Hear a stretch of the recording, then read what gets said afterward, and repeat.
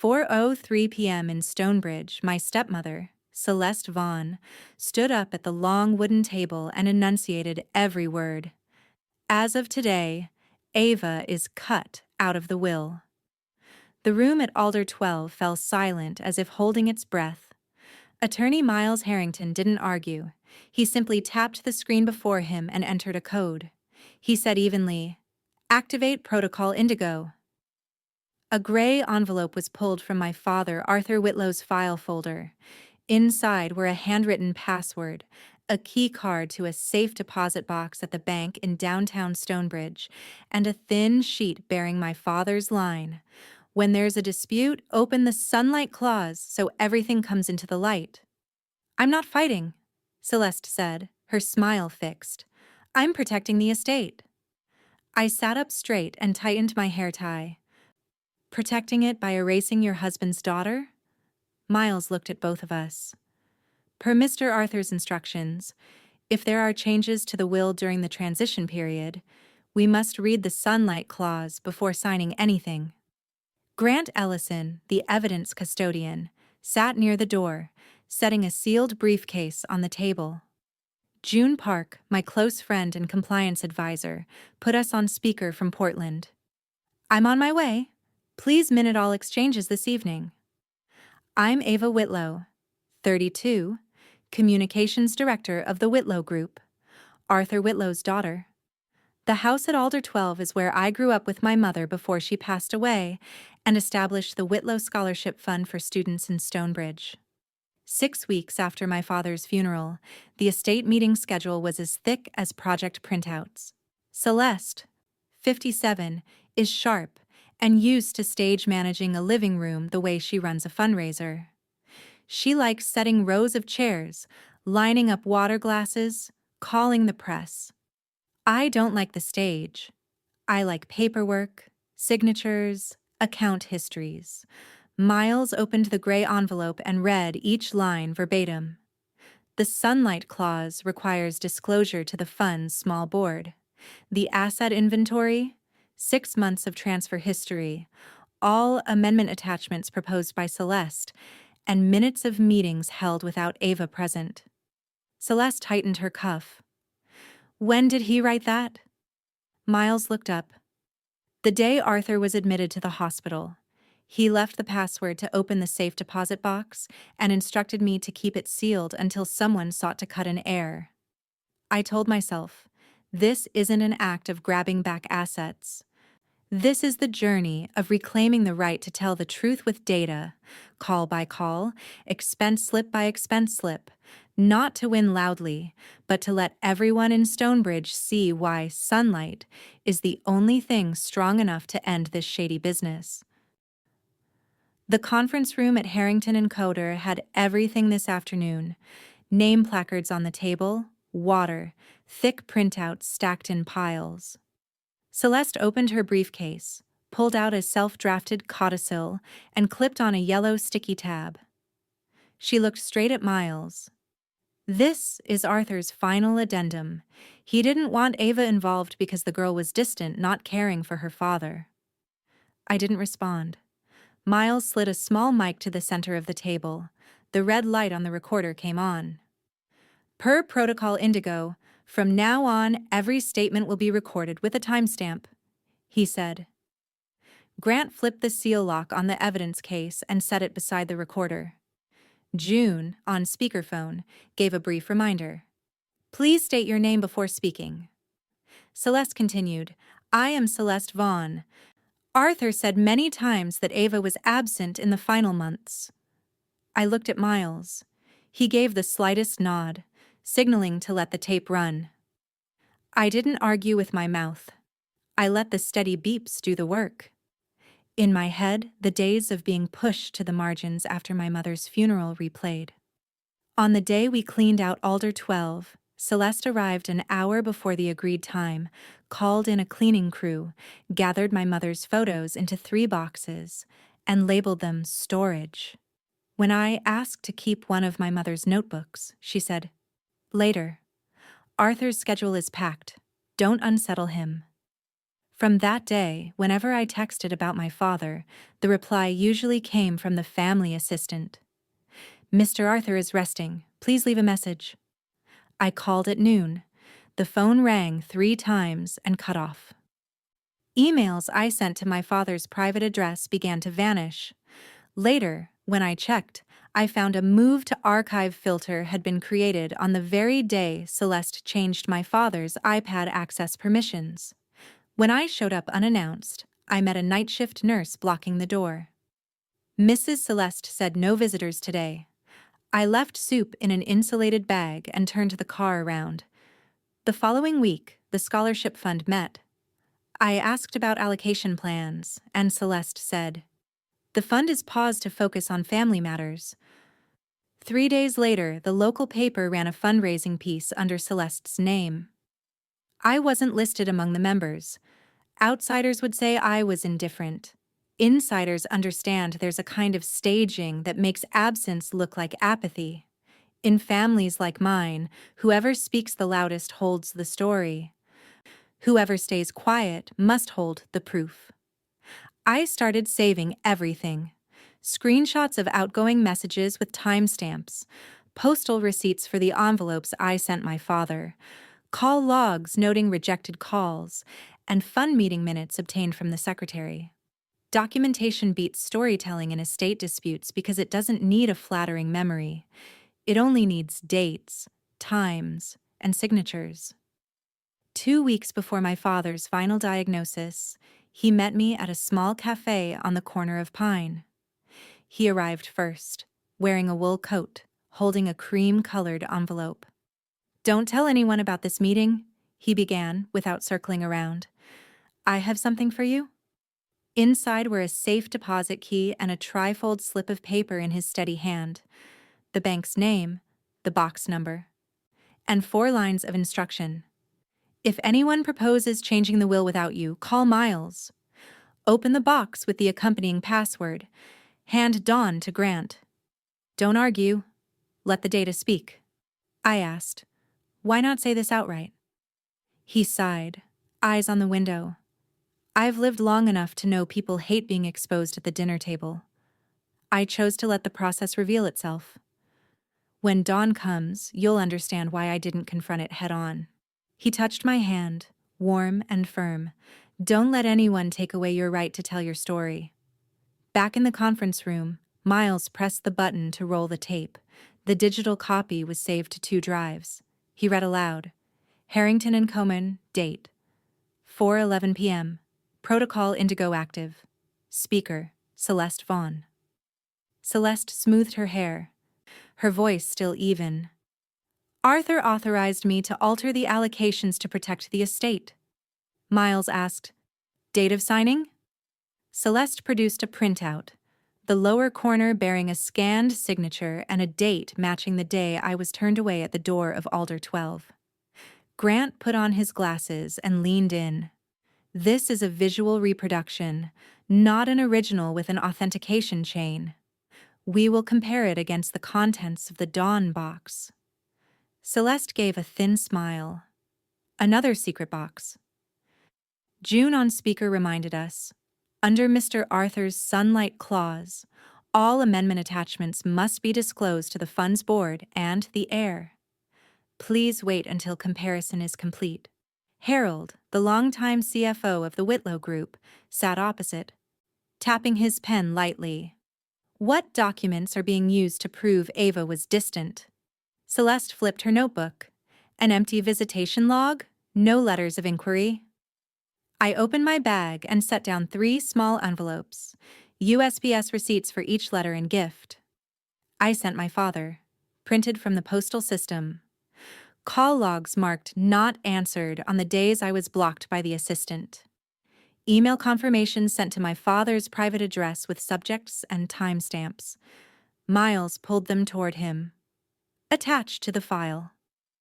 The red light on the recorder blinked. Every word Celeste spoke now came with a timestamp. I said only one sentence. "I don't need anyone to believe I was or wasn't uncaring. I need the timeline." Celeste turned to me. "You're turning the family into a courtroom." I met her gaze. No, I'm putting everything back where it belongs. Documents and process. She lifted her chin. What do you want? Read Dawn. Open the safe deposit box. Disclose the sunlight clause. And only then touch any signature. Miles closed his folder. We'll recess for 15 minutes. Grant and I are going to Stonebridge Bank to open the box. Ava, you're coming. Celeste stood to follow. Miles stopped her. I'm sorry. Per Mr. Arthur's instructions, only the named parties may be present when the box is opened. She exhaled sharply but said nothing more. As we walked down the corridor, the yellow lights reflected off the wooden floor.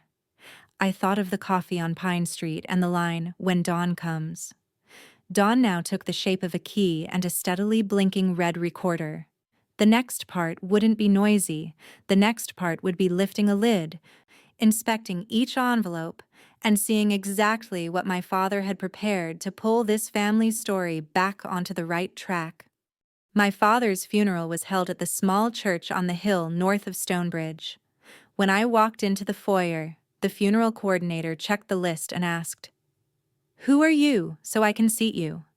I said, "Ava Whitlow, Arthur's daughter." She glanced back at the paper, then pointed toward the middle row. The family section is full. I looked down the row marked family and saw Celeste's close friends filling the seats, some with their bags on the empty chairs. The name card in front of the row read, Vaughn Family and Guests. I went back to the foyer for some water and texted June. God asked, "Who are you?" right at the door. She replied, "Stay put. Document it. Don't argue at the funeral." I had practiced 3 shame detox drills to keep myself from drifting with the feeling of being sidelined. 1. Breathe in a 4-4-4-4 rhythm, eyes fixed on a single point on the wall to lower my heart rate. 2. Quickly write 3 lines noting event, place, time, witnesses. No judgment. 3. Choose one boundary I control. Stand in the aisle by the pillar. Don't leave the service, but don't force myself into a seat. When the priest read the eulogy, I listened to every word. When it was Celeste's turn to speak, she said "we" several times and skimmed over my name as if I were an outsider. I didn't spring up. I wrote in my notebook, "Funeral." Family seats filled. Asked, "Who are you?" Stood by the pillar until the end. I didn't let shame steer my actions. I put it into a log so that when needed, I would know I had been present. Back at Harrington and Coper, Indigo kicked off the unmasking of the codicil Celeste submitted. Miles presented as if reading a checklist. Date of signing matches the hospital note under anesthesia in the laparoscopic surgery record. Notary seal expired 6 months before the signing date. Item, bequeath Coastview House. Impossible because the house was sold 11 months ago. Ink and paper analysis, modern inkjet. Paper has a watermark issued after the date on the document. Celeste curled her lip. Trifles. Arthur gave oral instructions. Miles was blunt. Wills and codicils are not based on oral instructions. We consider only what's reliable. I stayed silent, eyes on the recorder's red light. I was waiting for the Sunlamp clause. We went to the Central Stonebridge Bank to open the box. A clerk checked our IDs, called a manager, and led us down to the vault. The metal box was pulled from the slot number written on the slip my father gave me at the cafe. Grant put on gloves. I stood beside him. Miles read the box number. The clerk confirmed. Inside were 3 things. First, a handwritten letter from my father, concise. Ava, you take the wheel on this part. Use light, not harsh words. If anyone reroutes the assets, flip on Sunlamp. Second, a USB labeled Sunlamp with a small note bearing 2 lines. Website, dawncode.org. Schedule public release if a dispute is logged by the system. Third, a simple pencil diagram. Pour over will, legacy trust. with a note, no contest clause. Whoever contests against the terms forfeits share, and Sunlamp publicizes the entire evidence package. Miles looked at me. Mr. Arthur paired the sunlight piece with no contest. Anyone trying a shortcut flips the light themselves. We signed the opening record, photographed each document, closed the box, and brought copies back to the conference room. Celeste eyed the USB, another tech scare tactic. Miles set the USB on the table, voice even. Not a scare. These are instructions Mr. Arthur himself set. If you continue to present an out-of-standard codicil, we will activate Sunlamp under the clause. Celeste folded her arms. Make it public to humiliate me? I spoke for the first time since Indigo started. No, make it public to block the wrong path. Transparency is a guardrail, not a cudgel. It keeps everyone, including you, from sliding out of bounds. I stated what I believe. The ethics of sunlight are not about punishment. They require every step to have a basis. My mother's scholarship fund exists because donors trust transparent reports. My father's estate needs the same principle. Anyone who wants to make changes must present valid documents and accept scrutiny. Otherwise, Sunlamp will shine on exactly what happened, the signing date coinciding with an anesthesia shift, an expired seal, an asset already sold still being bequeathed. That isn't shaming. That's keeping the path of truth. Miles plugged the USB into an offline machine. A password prompt appeared. Grant handed me the hint slip. Hint: the date your mother founded the fund. I typed the 8 digits printed on the plaque hanging at Alder 12. A contents page opened. Asset overview, 6-month transfers, Celeste's proposed amendments, meetings without Ava, and switch publish upon dispute. Off on. Miles looked at Celeste. Do you wish to continue presenting the codicil? She was silent. I took a deep breath and turned to the recorder. Statement by Ava Whitlow. I propose disclosing Sunlamp to the fund's small board and relevant parties per the Sunlight Clause, and only then discussing any signatures. The red light kept blinking. Celeste bit her lip and slid her chair back half a step. I didn't look for wins or losses on her face. I looked at my checklist. USB functional. Handwritten letter confirming intent. Pour over, and no contest mapped. The rest was about flipping the switch at the right time. The next morning at Harrington and Capu, Grant Ellison brought exactly what we needed to pull the story back to facts. He opened his briefcase and presented the 3-layer vault Arthur had previously entrusted. Layer 1 was Arthur's handwritten journals from the last 6 months, concise, a few lines a day, noting who visited, which calls he answered himself, which calls the assistant took. Layer 2 was the system logs, a list of deleted voicemails from the Alder 12 home number, instances of email routing changes from Arthur's private inbox to the family office group, and an access table for the internal cameras in the kitchen and study. Timestamps and user only. No image dissemination. Layer 3 was the chain of custody package, handover records for each file, integrity check hash values, and independent custodian timestamps. Grant was explicit. Each copy has an off-site backup. All review requests go through me and Miles. No one touches the originals. My part was to put everything into cadence. I created an event log in a spreadsheet, columns for date, time, who, what was said, supporting evidence, emotion, next action. Example, 0203, 11:14 a.m., family assistant answered, content, he's resting. Evidence, screenshot of call history, emotion, irritated, action, send handwritten letter via USPS, receipt to Bashakars. Note, tip, callback 7:45 p.m. A week later, 7:47 p.m., camera log recorded, utility lock changed, evidence, Line. Access changed. Emotion. Concerned. Action. Email Miles requesting a routing backup. I didn't use the log to vent. I used it as a control panel so I wouldn't miss steps. June Park met me privately in a side conference room. She listened as I described the funeral, the codicil, the Sunlamp.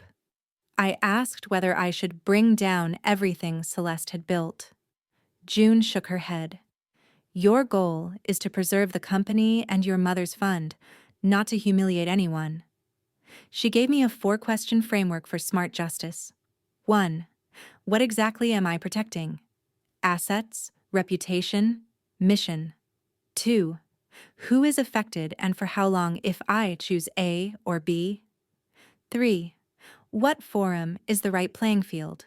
Board, court, audit? And what evidence meets the standard? 4. What minimum transparency achieves accountability without harming bystanders? I wrote the 4 lines on the cover of Decisions right on the first page. The Whitlow Fund Board meeting took place the next afternoon in the city library's small hall. I requested reinstatement of the patron seat under the old bylaws. Miles read the sunlight clause. Then I presented the new transparency dashboard. A real-time display of total inflows, scholarship disbursements, fund balance, administrative expense ratio, and line item spending by vendor. I pointed out how administrative expenses had swollen. A community communications contract that was in fact a personal PR retainer. Event decor invoices tied to a friendly restaurant. Plane tickets for donor meetings with no meeting minutes. I proposed a 10% cap on administration, a minimum 3-bid procurement process, and an anonymous feedback line for teachers. The board voted 5-5 in favor. I reread my mother's mission statement and proposed renaming the scholarship Lantern. Each award tied to a public classroom supplies list, granted quarterly, with priority for first-year teachers. The board agreed and requested that criteria be posted on the site immediately. That evening came round 1 of negotiations with Celeste, with Miles and Grant present. I put 2 short documents on the table. Option A. Transfer to Celeste 28% non-voting preferred equity in Whitlow Group, dividends paid per general policy. Celeste leaves Stonebridge for 24 months to reduce conflict. Sign a no contact with me and the fund board. No management role. No representation of the fund or company at any public event. In return, we do not publicly activate Sunlamp. Option B. Celeste is free to litigate. Upon filing, Sunlamp starts a 72-hour timer, publicly releasing the evidence package to the board and donor community per Arthur's Clause. The no contest clause applies under the pour-over structure. Anyone contesting against the terms risks forfeiture. Celeste finished reading and looked up. I need the Alder house and 35%. Miles was calm. No. Alder belongs to the Legacy Trust under the pour-over and cannot be extracted by any individual. 35% far exceeds valuation and destabilizes control. She twirled her pen. Then 30% and I stay in Stonebridge. I kept it brief. No, my aim is to reduce conflict and protect the fund. Option A is the safe lane. Income, no naming and shaming. Celeste leaned back, a thin smile. You're using Sunlamp to strong-arm me. Miles placed a hand on the document. This isn't a threat. It's our BATNA. If we don't settle, we revert to the best alternative. Follow Mr. Arthur's clause, disclose exactly what he required, and let the no contest clause operate. Grant added, all evidence copies are sealed under chain of custody. There are no gray zones. I set a small hourglass on the table and flipped it. You have 48 hours. If you choose A, we sign at a notary's office, transfer through escrow, and update records per state law. If you choose B, I flip the 72-hour timer on Sunlamp. Celeste watched the sand fall, then pushed back her chair and stood. I'll think about it. She left the room without shaking hands. When the door closed, I wrote in, The event log. Negotiation 1. Presented 2 options. Counteroffer Alder plus 35%. Miles rejected per BATNA. Deadline 48H. A text from June came in. Keep tempo. Don't respond tonight. I silenced my phone, walked a lap around the building, and breathed in the cold air. I wasn't happy or sad. I looked at the schedule, announced the lantern dashboard in the morning, review vendor RFPs at noon, sign minutes with the board in the afternoon, and the hourglass was counting down. The countdown started at 5 p.m. The website dawncode.org had been set to automatically publish after 72 hours if no cancellation action was taken. To stop it, 3 confirmation keys were required: mine, Miles's, and Grant's. The screen showed 715959, then ticked down. Miles explained to everyone in the conference room, "Only if all 3 enter their keys will the clock stop. One person is not enough." Celeste looked at the screen and then turned to me. "Are you planning to hang me on the internet?" I stated clearly, "If you comply with the agreement, nothing will be published." The clock only safeguards what my father required: disclosure when there is a dispute in violation of the terms. On the table lay a thick envelope sealed with wax, titled Confession. Open only if breach. Miles said, "This is a conditional confession letter. Mr. Fee, Arthur required it to be stored under seal and opened only if the agreement is violated." Celeste touched the edge of the envelope and then pulled her hand back. "What does that letter say?" Grant answered briefly, "We don't know. It's only opened if needed." I looked at her. "This is insurance, so no one changes their story at the last minute." Before signing, we played a short video, my father's ethical will. The screen showed him sitting in the study at Alder 12, surrounded by the familiar bookshelves. He spoke slowly and clearly. "Ava, if you're watching this, it means our family is in a hard place. I'm not choosing to argue in front of everyone. I'm choosing patience, gathering, and then taking everything to the right forum. I know Celeste is skilled at maneuvering. I also know you are good at documenting. Those 2 things often crush each other if dragged into the marketplace, so I'm leaving behind the sunlight switch. It's not to humiliate anyone. It exists so that those who want to take shortcuts have to stop. You don't need to defeat anyone. You just need the right procedure, the right signatures, the right timing." He paused. "Look straight ahead. Keep your self-respect by honoring the truth, not by raising your voice."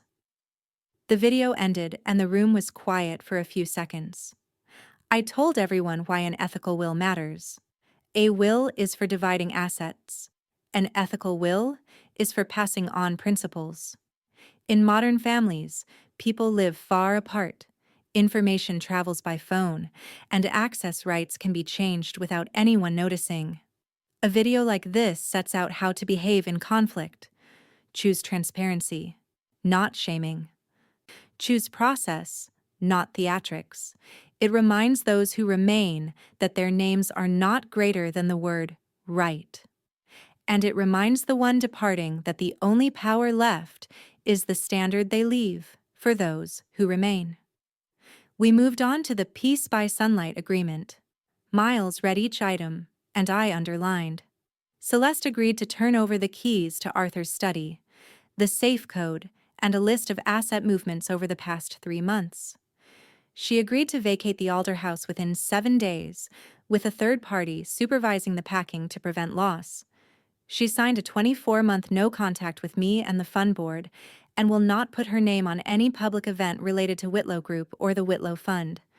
In return, we agreed not to trigger publication on dawncode.org, not to open the confession, and to transfer to her 28% non-voting preferred shares under Option A, as stated. Celeste asked, "I want to visit Arthur's grave before leaving Stonebridge." I looked at Grant. He nodded. "Okay, Sunday, 10 a.m., I'll come with you. No speeches, no live stream, no press. She nodded, just to stand still for a moment. We signed in front of a notary. Grant photographed the signature pages and attached them to the minutes. I opened the app and entered the first key into dawncode.org. The line read 1-3 keys verified. Miles entered the second key, 2-3 keys verified. Grant entered the last key. The clock stopped at 61:22:18. The status changed to paused by mutual consent. Celeste looked at the screen and said nothing. I handed her the next day's to-do list. 9 a.m. inventory personal items, 1 p.m. transfer access credentials, 3 p.m. finalize the move list. She took the paper, folded it in thirds, and put it in her bag. On the way to the parking lot, Denise called me. Mom wants to ask, "Are you sure this is the best way?" I said, "This is how we protect Mom's fund, Dad's company, and the peace of the whole family. No one gets shamed if they keep their word." She exhaled. "I'll make dinner. Come by." "I will," I said. That evening, I opened my laptop and added an item to the Lantern dashboard. Peace by Sunlight status. Signed, disclosure clock. Paused. I sent an update to the fund board and the company team. June texted, "Good. Don't respond to the press if they reach out. Just say we are adhering to Mr. Arthur's transparency clause." I replied, "Understood," and silenced notifications. Before sleeping, I replayed the ethical will video and paused at the line, "You don't need to defeat anyone." I wrote in the event log, "Dawn, the clock paused, agreement signed, 7-day move-out schedule, Sunday graveside visit with Grant." I didn't feel gratification. I felt order. The doors at Alder will open for the moving truck, then close. The Lantern Fund will open quarterly scholarship applications. The company will issue monthly reports. And if anyone breaks the agreement, dawncode.org will flip back on immediately, without a single raised voice. Sunday, 10 a.m., Grant stood one step away as Celeste came to visit the grave. She laid a bouquet of white flowers, stood still for exactly 5 minutes, said nothing to anyone, then left. I exhaled and texted Miles. "Done." That afternoon, the keys to Alder 12 were handed over. I opened the door. The smell of old wood spilled out, and the living room looked the same as the week before, only quieter. The first thing I did was call the movers to bring my mother's piano back from storage and place it facing the window. The tuner adjusted each note. I sat on the steps and listened to the sound of the piano return to the house. I took the Riverside house model my father had left unfinished in the workshop, dusted it off, and set it on the mantel. The next day, I replaced all the dim bulbs, rehung my mother's photo on the main wall, gathered the books into a reading corner, and set an armchair and a floor lamp by the window. I kept a few of Celeste's belongings in a box labeled "Personal," labeled it, and had Grant sign for receipt. No arguing, just work. On Monday morning, I officially took on operations under the board's interim resolution. CEO's note, Day 0, went out to the entire company at 9 o'clock. 3 clear points: keep people, keep clients, keep cash flow. I committed to protecting the loyal staff who had persisted in doing the right thing during the turbulent period.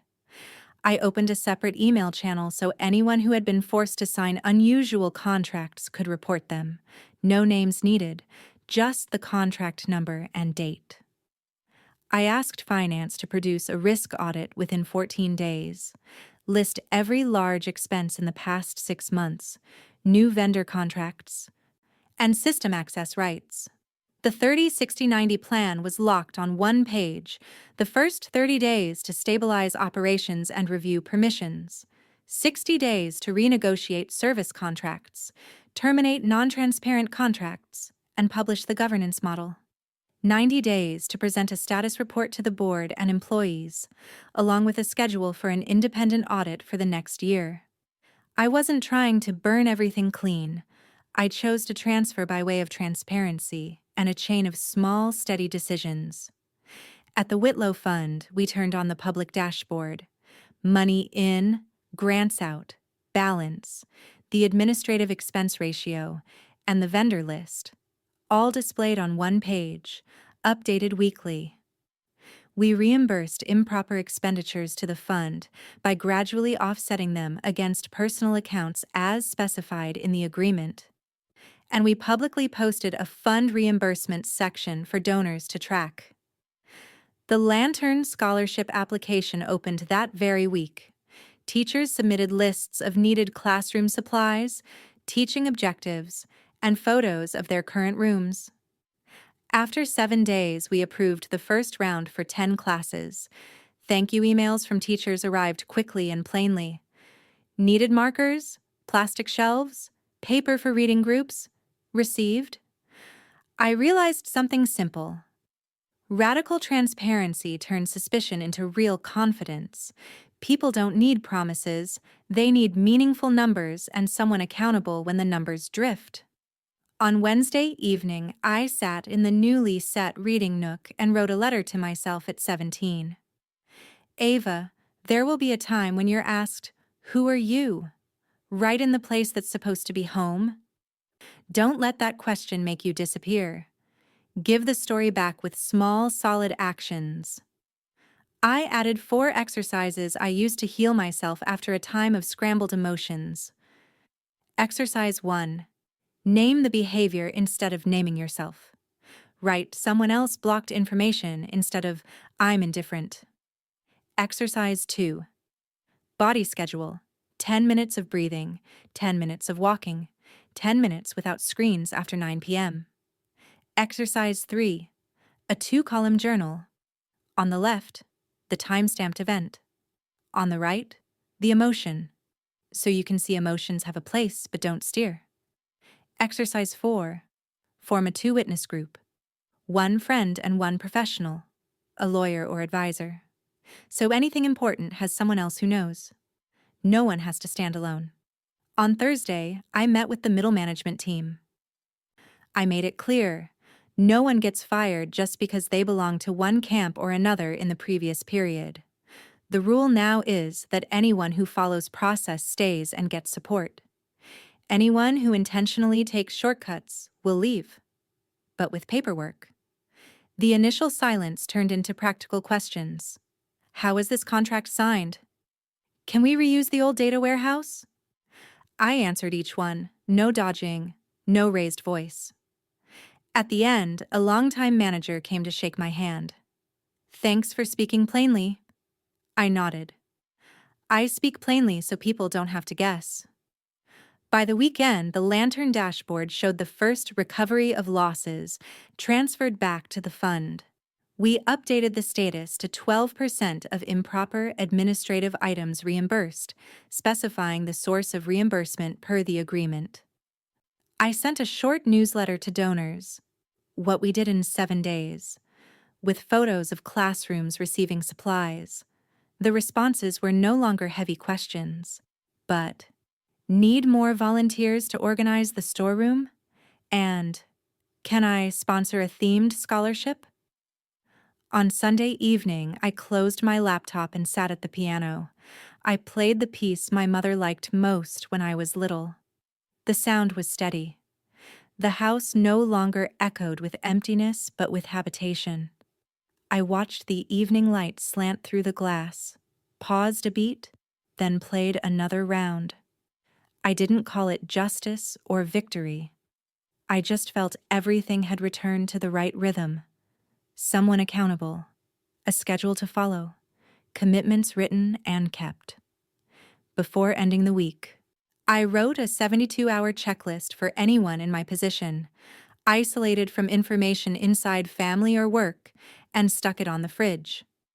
1. Set up an event log with 4 basic columns: date, time, item, evidence. 2. Backup evidence, screenshots, receipts, emails in 2 different places, 1 cloud, 1 USB. 3. Consult a lawyer or trusted advisor, 1 hour of conversation to know what the right forum is. 4. Set boundaries in writing. Who gets access to what, for how long, and under what conditions it changes. 5. Choose sunlight at the right moment. Disclose what needs to be disclosed to the right people, in the right venue, board, fund, community, without turning it into a tool to hurt anyone beyond the purpose of protection. I signed the checklist and dated it. At the bottom, I added a line for 17-year-old Ava. You don't need to beat anyone. You just need to keep a path for the truth. I distill the first week into 4 brief lines. Durable justice doesn't come from loud voices, but from truth that follows proper procedure. Emotions cannot substitute for records. Clear boundaries help keep people and protect the fund. Transparency sets limits so everyone knows where to stop. Sunlamp isn't a hammer. It only turns on when needed to block harm, then turns off when everyone keeps their word. What I won back wasn't a number on a balance sheet, but the right to tell my own story. Who did what, where, and when. Clear enough that no one has to doubt. From the living room of Alder 12 to the fund's dashboard, I saw one thing repeat. When process is respected, trust returns on its own.